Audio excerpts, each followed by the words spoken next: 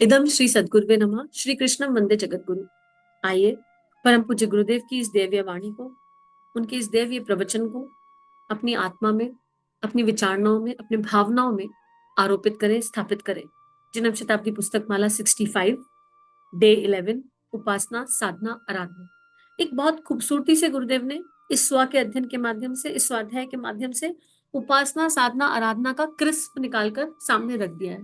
और ऐसा पूर्ण विश्वास है कि अगर किसी को उपासना साधना आराधना का मर्म समझना हो, मर्म जानना हो, तो ये 11 ऑडियो एक इंसाइट दे सकते हैं बहुत खूबसूरती से। कोई नया व्यक्ति भी आए ना, एकदम नया आए, जिसे बिल्कुल इस कॉन्सेप्ट के बारे में ना पता हो, जिसे इस कॉन्सेप्ट की बिल्कुल जानकारी ना हो, लेकिन अगर उस तक ये 11 ऑडियो पहुंचा दिए जाए तो परम पूज्य गुरुदेव का दिव्य प्राण उस चेतना के भीतर अपने आप स्थापित हो जाएगा और उतर जाएगा। और वो हो ही जाएगा, क्योंकि ये गुरुदेव और उसके बीच की बात होगी। हमारा काम क्या है? हमारा काम केवल पहुंचाना है, बांटना है। तो सभी से प्रार्थना है कि अगर आप ये ऑडियो सुनते हैं और इन ऑडियो से आपके जीवन में कोई परिवर्तन आ रहा है, तो इन्हें ज्यादा से ज्यादा लोगों तक बांटिए, और जिन्हें बांट रहे हैं उनसे भी कहिए कि वो सुने और आगे बांटे। और चैनल को सब्सक्राइब भी कीजिए। आपका सब्सक्रिप्शन हमारे लिए महत्वपूर्ण है, और वो एक ग्रेटिट्यूड की एनर्जी भी है। आपका इस देह के प्रति, गुरुदेव के प्रति, माँ के प्रति कृतज्ञता का भाव भी है। अगर आप सुन रहे हैं और आपको अच्छा लग रहा है, तो इनको आगे बांटते जाइए। और ये भी एक आराधना है, क्योंकि बात आराधना की आ रही है, इसलिए ये बात कहने में कोई हिचक भी नहीं होती है। यहाँ पर स्वयं के इस दिव्य अध्ययन में गुरुदेव ने हमें समझा दिया है कि भगवान कैसे हमारे साथ चलते हैं बॉडीगार्ड के रूप में। हमको बस हिम्मत रखनी है, साहस रखना है, किसी से भय नहीं करना है, और केवल अपने इष्ट की ओर देखना है। हर समय इष्ट चिंतन में मग्न रहना है। भगवान का नाम और भगवान का काम, मानव देह में बस यही दो चीजें हैं करने के लिए, और कुछ नहीं है। हरि कथा कथा, बाकी सब वृथा और व्यथा। तो यही मानव जीवन का उद्देश्य है। भगवान मिल गए, भगवान समझ में आ गए, और गुरु रूप भगवान हमारे जीवन में है और पूर्णतः है, हमारे अंतःकरण में है और पूर्णतः है। और वो हमसे बस इतना ही कह रहे हैं कि बेटा अपना निर्माण कर लो, बाकी सब कुछ अपने आप हो जाएगा। अब इसी में गुरुदेव आगे लिखते हुए कहते हैं, आध्यात्मिक क्षेत्र में सिद्धि पाने के लिए अनेक लोग प्रयास करते हैं, पर उन्हें सिद्धि क्यों नहीं मिलती? साधना से सिद्धि पाने का रहस्य क्या है? इस रहस्य को ना जानने के कारण ही प्राय लोग खाली हाथ रह जाते हैं। मित्रों, साधना से सिद्धि होना निश्चित है, लेकिन सिद्धि के लिए साधना नहीं की जाती। साधना से सिद्धि होना निश्चित है, लेकिन सिद्धि के लिए साधना नहीं की जाती, क्योंकि वो तो फिर संसार का लॉलीपॉप टॉफी नहीं मांगा, अध्यात्म का लॉलीपॉप टॉफी मांग लिया। मतलब अगर हम मोक्ष प्राप्ति के लिए भी साधना कर रहे हैं, तो भी इनडायरेक्टली हम सिद्धि के लिए साधना कर रहे हैं। वहां फिर आराधना नहीं आ पाती, फिर आराधना का इनपुट वहां पर आ नहीं पाता, जुड़ नहीं पाता, क्योंकि अभी तो हमको चाहिए आराधना वो ऊर्जा है जहां पर कोई भी चाह खत्म हो जाए, भगवान के दर्शन की चाह भी विलय हो जाए, भगवान से बात संवाद की चाह भी विलय हो जाए। याद कीजिए उस माली की स्टोरी, जिसको राजा ने गार्डन दिया और बोला तुमको इसको मेंटेन करना है, और वो माली राजा का नाम भी भूल गया, लेकिन काम करता रहा, काम करता रहा, खेत की सुंदरता के लिए काम करता रहा।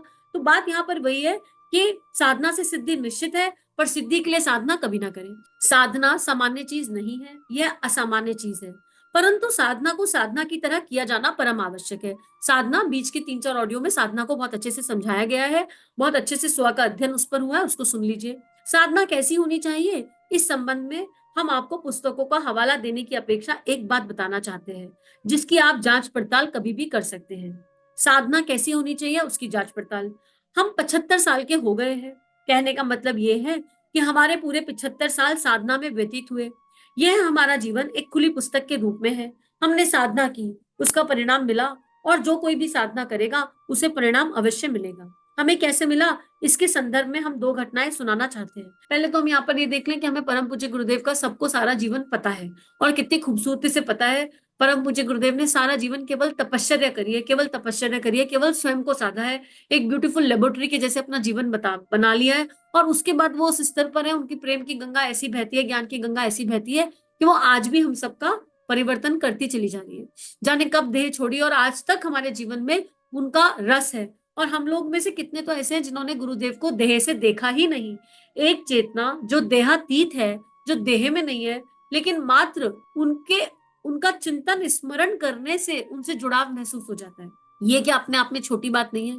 यही साधना से सिद्धि है। और ये कितनी खूबसूरत सिद्धि है कि गुरुदेव है, पर फिर भी हमने देखा नहीं। और उसके बाद भी अगर कोई पूछ ले, आपने कभी गुरुदेव को, माता जी को देखा है, तो ना कहते हुए 4 बार सोचना पड़ेगा, अरे कैसे कहें, क्योंकि देह का सत्य तो ये है कि नहीं देखा, पर आत्मा का सत्य तो हर क्षण उनके साथ ही है, उनके भीतर है, उनके बाहर है।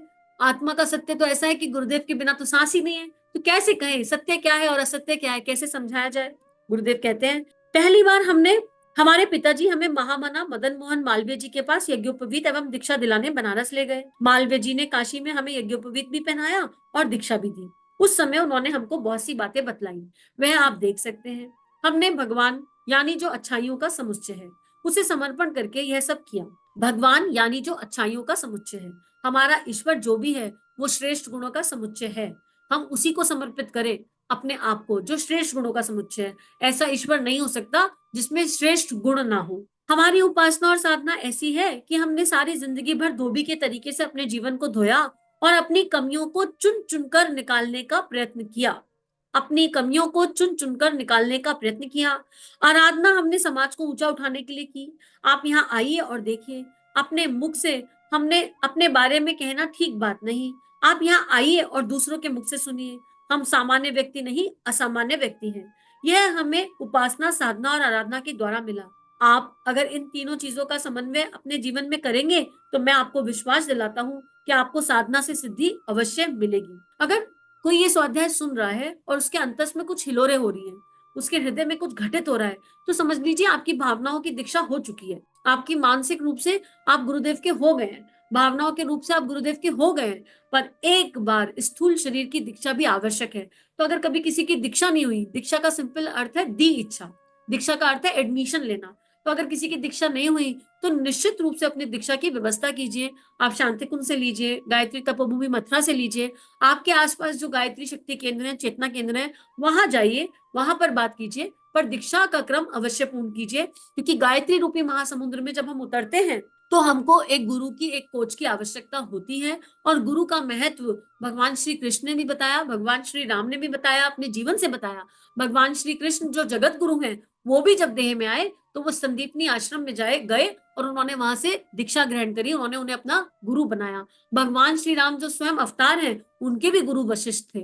तो गुरु परंपरा बहुत इंपॉर्टेंट है, बहुत महत्वपूर्ण है। गुरु से ही गौ, गंगा, गीता और गायत्री का प्राकट्य है। भारतीय संस्कृति के चार आधार हैं, लेकिन उसकी नींव गुरु है। तो हमारे जीवन में गुरु का होना बहुत महत्वपूर्ण है। कुछ भी समझ नहीं आए तो गुरु गीता पढ़िए, भगवान शिव को गुरु मानिए, माँ पार्वती को गुरु मानिए और उनसे प्रार्थना कीजिए कि हमारे गुरु कहाँ हैं। हमें पता है वो हमें देख रहे हैं, और अगर अब वो हमें देख रहे हैं तो बस अब उनसे मिलन हो जाए, हमारे गुरु हमें मिल जाए। तो गुरु के बिना क्योंकि सच्चा ज्ञान प्रकट नहीं होता। हम लोग अगर स्विमिंग पूल में भी उतरते हैं तो कोच का सहारा लेकर उतरते हैं। तो यहाँ तो हम गायत्री के महासमुद्र में कूदने जा रहे हैं। गायत्री के महासमुद्र में अगर हम दीक्षा के साथ कूदेंगे तो आसानी हो जाएगी। और दीक्षा तो हो ही गई है, मानसिक और भावनात्मक हो ही गई है। देह का एडमिशन ले लेंगे तो देह के प्रारब्ध कर्म जो कटने हैं उनकी शक्ति मिल जाती है, क्योंकि अकेला गुरु ही वो शक्ति है जो हमारे प्रारब्धों को क्षय करा सकता है। अब गुरुदेव लिखते हैं, तो गुरुदेव की दो दीक्षा हुई ना, मदन मोहन मालवीय जी भी उनके गुरु रहे। गुरुदेव ने इस बारे में बताया है और उन्होंने उनका अक्षरक्ष कहना माना। बस परम पूज्य गुरुदेव की एक सबसे बड़ी खूबी क्या है, जहां समर्पण किया वहां अक्षरक्ष कहना माना, पॉइंट टू पॉइंट कहना माना। अपनी दिमाग, अपनी नाक नहीं लगाई, अपने प्रश्न, अपने उत्तर नहीं रखे, कुछ नहीं रखा, जैसा कहा गया वैसा करते चले गए। हमारे जो भी सहयोगी, सखा, सहचर है, मित्र हैं, हम उनसे यही कहना चाहते हैं कि आप केवल अपने तथा अपने परिवार के लिए ही खर्च मत कीजिए, वरन कुछ हिस्सा भगवान के लिए भी खर्च कीजिए। ये केवल पैसे के खर्चे की बात नहीं है, यहाँ पर समय दान की भी बात है, भावनाओं के दान की भी बात है, अंश दान की भी बात है, समझ दान की बात है। अस्तित्व के हर हर अंश से थोड़ा कुछ भगवान के नाम निकालना। साथ ही हम यह भी कहते हैं कि बोइए और काटिए, फिर देखिए कि जीवन में क्या चमत्कार होते हैं। आप जनहित में, लोक मंगल में, पिछड़ों को ऊंचा उठाने में अपना श्रम, समय, साधन लगाएं। अगर आप इतना करेंगे तो विश्वास रखिए आपको साधना से सिद्धि मिल सकती है। देखिए, हम उस भारत भूमि में जन्मे हैं, हम उस ऋषि परंपरा को फॉलो करते हैं जो मानव धर्म में विश्वास करती है, जो वसुदैव कुटुंबकम में विश्वास करती है, जो सबके मंगल का भाव करती है। सर्व मंगल मांगल्ये शिवे सर्वार्थ साधिके शरण्ये त्र्यंबके गौरी नारायणी नमस्तुते। सबका मंगल होए रे। वो ये नहीं कहती कि इस देश का मंगल हो या उस देश का मंगल हो, इस जाति का मंगल हो या उस जाति का मंगल हो, या केवल इसी का मंगल हो और दूसरे का मंगल नहीं हो। हम उस गुरु परंपरा को फॉलो कर रहे हैं, हम उस गुरु परंपरा में जीवन जी रहे हैं, और हम उस भारतीय संस्कृति को आधार मानकर चल रहे हैं जहां वसुदैव कुटुंबकम और लोक मंगल, विश्व कल्याण की बात, अखंड भारत की बात, तिरंगे की बात। और अगर भक्ति, ज्ञान, शक्ति, कोई भी योग हो, अगर वो योग भारत माता तक नहीं पहुंच रहा है आज की डेट में, कलयुग में, अगर वो योग अखंड भारत की ऊर्जा तक, तिरंगे की ऊर्जा तक नहीं जा रहा है, तो कहीं कुछ मिसिंग है, उसको चेक करने की आवश्यकता है। वो चेक हमें अपने भीतर लगाना होगा और पूरे विश्व को एक परिवार मानकर चलना होगा। विश्वामित्र, गायत्री को जिन्होंने जिया, पूर्ण रूपेण जिया, उन्हें विश्वामित्र कहते हैं, और वो क्षत्रिय थे और बन गए विश्वामित्र। इसका मतलब ये भी महत्वपूर्ण नहीं है कि हमारा जन्म कहाँ हुआ, हमारा जन्म किस जाति में हुआ, किस धर्म में हुआ, किस संप्रदाय में हुआ, ये महत्वपूर्ण नहीं है। जीवन ऐसा हो जाए कि हम विश्व के मित्र बन जाएं, सबके मित्र बन जाएं, सबके लिए मन में प्रेम हो, सबके लिए मन में सखा भाव हो, समभाव हो। ये गुरुदेव यहाँ समझाना चाहते हैं कि जनहित के लिए, लोक मंगल के लिए, पिछड़ों को ऊंचा उठाने के लिए अपना समय, श्रम, साधन सब कुछ लगाएं, प्रतिभा लगाएं। अगर आप इतना करेंगे तो विश्वास रखिए आपको साधना से सिद्धि मिल सकती है। हमने इसी आधार पर पाया है सब कुछ, आप भी पा सकेंगे, परंतु आपको सही रूप से इन तीरों को पूरा करना होगा। आपकी साधना तब तक सफल नहीं होगी जब तक आप हमारे साथ कदम से कदम मिलाकर नहीं चलेंगे। यदि आप हमारे कंधे से कंधा मिलाकर और कदम से कदम मिलाकर चल सके तो हम आपको यकीन दिलाते हैं कि आपका जीवन धन्य हो जाएगा। पीढ़ियां आपको श्रद्धा पूर्वक याद रखेंगी। और यहीं पर आज की बात समाप्त। ओम शांति। अब यहाँ पर एक बड़ी महत्वपूर्ण बात याद आ रही है। अब पता नहीं गुरुदेव के कंधे से कंधा मिलाकर कैसे चला जाएगा। महाकाल के तो कदम ही इतने बड़े बड़े हैं कि उनको इमेजिन करो तो लगता है कि 3 पग में धरती नाप ले महाकाल, ऐसी वाली फीलिंग आती है। जिन्होंने गुरु परम पूज्य गुरुदेव वंदे माँ के सही स्वरूप को जाना, देखा, समझा है, वो इस बात के मर्म को समझ रहे होंगे। तो क्या करें फिर, इतने छोटे छोटे कदम है हमारे, उनके कदम से कदम कैसे मिलाएं। तो एक बार ऐसा लग रहा था, एक बार ऐसा ध्यान सा हुआ कि ऐसा लगा कि परम पूज्य गुरुदेव के पैर के अंगूठे में लटक जाते हैं, एक चीटी के जैसे, एक छोटी सी चीटी जैसे चिपकते हैं ना, ऐसे चिपक जाओ। और उसके बाद जब महाकाल अपना कदम उठाएगा तो वो चीटी वहां अपने आप पहुंच जाएगी। कहाँ पहुंच जाएगी? जहां महाकाल कदम रखेगा। हाँ, वो एक राइड जैसा होगा। आप सोचो, इतना बड़ा पांव उस पर चिपक गए। अब महाकाल ने हवा में कदम उठाया तो चीटी को डर तो लगेगा ना, चीटी घबराएगी, हे राम कितना तूफान आ रहा है, कितनी आंधी आ रही है। छोटी सी चीटी है ना, तो उसको फीलिंग आएगी अजीब अजीब। पर वहां पर और कस के पकड़ लेना, और टाइटली पकड़ लेना, और कस के पकड़ लेना। और फिर आप देखोगे महाकाल को जब पता चलेगा अरे कोई तो पैर पे चिपका है, तो महाकाल अपना हाथ बढ़ाएगा और उस समय समर्पण कर देना कि हमने पकड़ा तो छूट जाएगा, अब तुम पकड़ लो, हमसे नहीं हो पाएगा। हम तो तुम्हारे चरणों की धूल भी तुम्हारी कृपा से बने, इस चीटी पर भी तुम्हारी कृपा हो गई। सौभाग्य जग गया कि तुमने अपना पांव वहां रखा था जहां हम थिरक रहे थे, घूम रहे थे, और नन्हे से थे तो धूल में चिपक कर आ गए। ये भी हमारा प्रयास नहीं था, ये भी हमारा एफर्ट नहीं था। महाकाल आपके चरणों में स्थान मिला।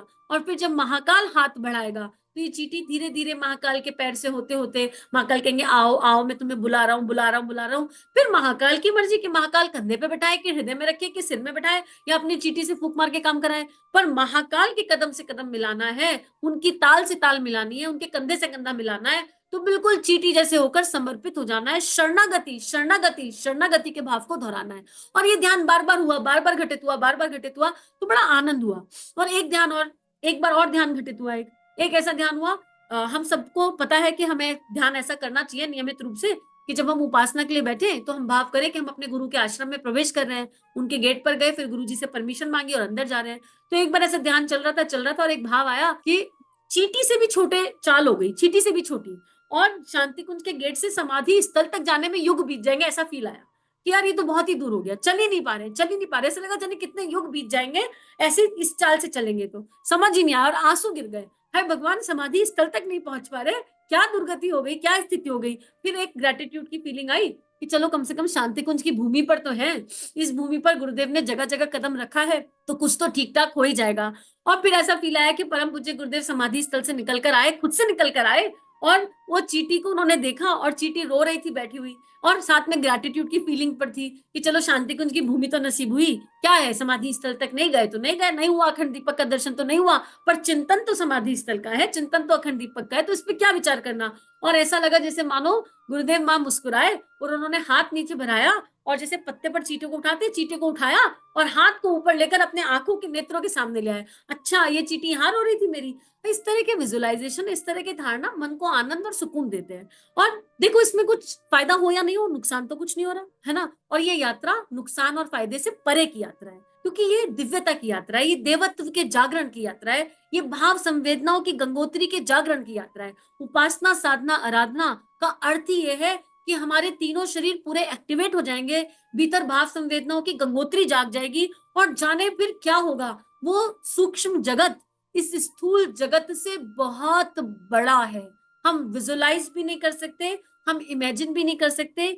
जहां हमारी सोच खत्म होती है वहां पर वो ब्रह्मांड एक चीटी रूप में शुरू होता है और उसके बाद वहां कितने अनंत ब्रह्मांड है, कितनी अनंत सूक्ष्म की दिव्य ऊर्जा है, दैवीय ऊर्जा है, इसका कोई अनुमान नहीं लगा सकता। और जिस पर वो ब्रह्मांड जितना प्रकट हो जाए वो उतना ही प्रकट हो सकता है। बस ये ब्रह्मांड के ऊपर है, ये गुरु के ऊपर है। तो गुरु सानिध्य में इस दैवीय यात्रा को करने में कोई बुराई नहीं। और फिर हम उस गुरु की संतान है जिसने सारा जीवन सूक्ष्म के आधार पर जिया, सूक्ष्म की ऊर्जाओं को फॉलो करते हुए जिया। दादा गुरुदेव स्थूल में नहीं आए थे परम पूज्य गुरुदेव के साथ। मदन मोहन मालवीय जी प्रथम गुरु, उनके कहने पर परम पूज्य गुरुदेव साधना कर रहे थे और दीपक की लौ से एक आकृति प्रकट हुई। हमारे आपके सामने प्रकट हो जाए तो हम भूत भूत कह के भाग जाएंगे। आप विचार करके देखो, परम पूज्य गुरुदेव ने सारा जीवन सूक्ष्म की शक्तियों का कहना माना और आज हम भी तो परम पूज्य गुरुदेव वंदे मां से सूक्ष्म की ऊर्जा से जुड़े हुए हैं। स्थूल है कहाँ? इसका ये मतलब निश्चित रूप से नहीं है कि जो स्थूल में दिखाई दे रहा है वो सब मिथ्या भ्रम है, एक माया जाल है और इस माया जाल से निकलना ही होगा। और वो गुरु हाथ बढ़ा के खड़ा है, बाहें फैला के खड़ा है, कह रहा है आ जाओ, मैं तुम्हें इस माया जाल से निकाल लूंगा और तुम्हें वहां ले जाऊंगा जहां देवत्व है। इस देह में रहते ही किसी को देह नहीं छोड़नी पड़ेगी, किसी को कुछ नहीं करना पड़ेगा। करना क्या पड़ेगा? शरणागत शरणागत शरणागत होकर गुरु का कहना मानने का अभ्यास और प्रयास। और सच्ची आराधना बस यही है, गुरु का कहना मानो। सच्ची आराधना वही है जो अर्जुन ने भगवान श्री कृष्ण से सारी गीता के बाद लास्ट में कहा, करिष्य वचनम तव। अब आप जो कहेंगे हम वो करेंगे। सारी गीता के बाद एक श्लोक पर आकर गीता पूर्ण हो जाती है, श्रीमद् भगवद गीता। और वही आराधना का सच्चा मर्म है, करिष्य वचनम तब। इसमें कुछ सद्वाक्य लिखे हैं, उनको पढ़ते हुए इस पुस्तक को गुरु चरणों में अर्पित समर्पित करते हैं, पर इसके ऊर्जा को अपने अंतस में धारण कर लेते हैं। ईश्वर के घर लगती देर किंतु नहीं होता अंधेर, वही दिखाते सच्ची राह जिन्हें ना पद पैसे की चाह। धन बल जन बल बुद्धि अपार, सदाचार बिन सब बेकार। मानव समता के प्रिय मानक, बुद्ध मोहम्मद ईसा नानक। मानव समता के प्रिय मानक, बुद्ध मोहम्मद ईसा नानक। वही उन्नति कर सकता है जो स्वयं को उपदेश देता है। धैर्य और साहस संसार की हर आपत्ति का अमोघ उपचार है। इसी के साथ समूह की दिव्य शक्ति को नमन प्रणाम। सभी को बहुत बहुत आभार। इदम श्री सद्गुरुवे नमः, इदम श्री सद्गुरुवे नमः, इदम श्री सद्गुरुवे नमः। श्री कृष्णम वंदे जगद्गुरु, श्री कृष्णम वंदे जगद्गुरु, श्री कृष्णम वंदे जगद्गुरु। चलिए समाज में कुछ अच्छा बांटे। अगर ये भावनाएं आपके अंतःकरण को स्पर्श कर रही हैं, आपको अच्छी लग रही हैं और आपके जीवन में परिवर्तन आ रहा है, तो इस परिवर्तन को विश्वव्यापी बनाते हैं। संतों की और ऋषियों की इस लेखनी को सब जगह फैलाते हैं। चैनल को लाइक कीजिए, सब्सक्राइब कीजिए और ज्यादा से ज्यादा साझा कीजिए। जय हिंद, जय भारत।